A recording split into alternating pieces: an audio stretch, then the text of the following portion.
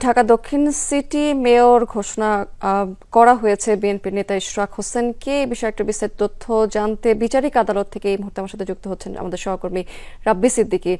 রাব্বি, রায়ের বিষয়ে আসলে সর্বশেষ কি তথ্য আপনার কাছে আছে একটু জানতে চাই। উচ্ছ্বাস আনন্দ প্রকাশ করছেন, আমরা সেই দৃশ্য দেখতে পাচ্ছি। এই মামলাটি কিন্তু ইশরাক হোসেন করেছিল নির্বাচনের পরপরই, যে নির্বাচনে তিনি বলেছেন যে ভোট কারচুপি হয়েছে, জালিয়াতি হয়েছে এবং ফল বাতিল চেয়ে তিনি আদালতে আবেদন করেছেন। এবং আমরা দেখতে পাচ্ছি সেই মামলার আজকে চূড়ান্ত রায়ে তাকে বিজয়ী ঘোষণা করে আদেশ দেওয়া হয়েছে। এখন কিছু প্রক্রিয়া আছে, আইনি প্রক্রিয়া, সেই প্রক্রিয়াগুলো চূড়ান্ত হলে গেজেট হবে, তারপরেই ঢাকার দক্ষিণ সিটি কর্পোরেশনের মেয়র হতে যাচ্ছেন ইশরাক হোসেন। আদালত থেকে বলা হয়েছে যে তার মেয়র হতে আর কোনো আইনগত বাধা নেই, সরকারি গেজেট হলেই তিনি মেয়র পদে দায়িত্ব পালন করতে পারবেন।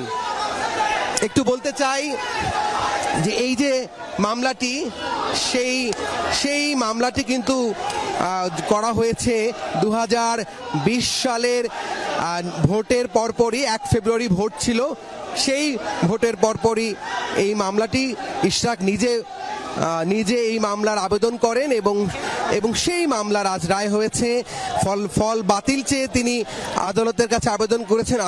আদালত সেই 2020 সালের যে মেয়র নির্বাচন 1 ফেব্রুয়ারি, সেই নির্বাচনে তাকে বিজয়ী ঘোষণা করে আদালত কিছুক্ষণ আগে এই জেলা ও দায়রা জজ আদালতে যে নির্বাচনী ট্রাইব্যুনাল, সেই ট্রাইব্যুনাল তাকে মেয়র ঘোষণা করে তার পক্ষে রায় দিয়েছেন।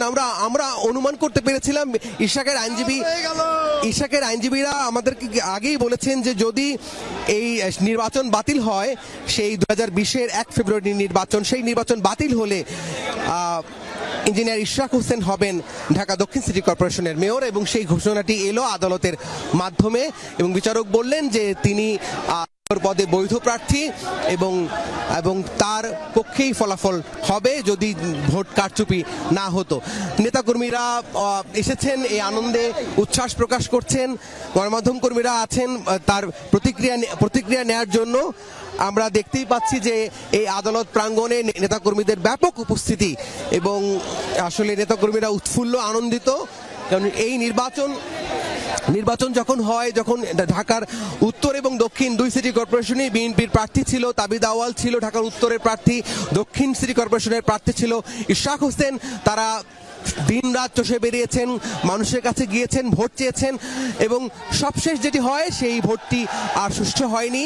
আমরা দেখেছি দুই সিটি কর্পোরেশনেই কারচুপি হয়েছে, তখন গণমাধ্যমে রিপোর্ট হয়েছে, বিএনপিও অভিযোগ করেছেন এবং সেই অভিযোগটি সত্য প্রমাণ হয়েছে আদালতের এই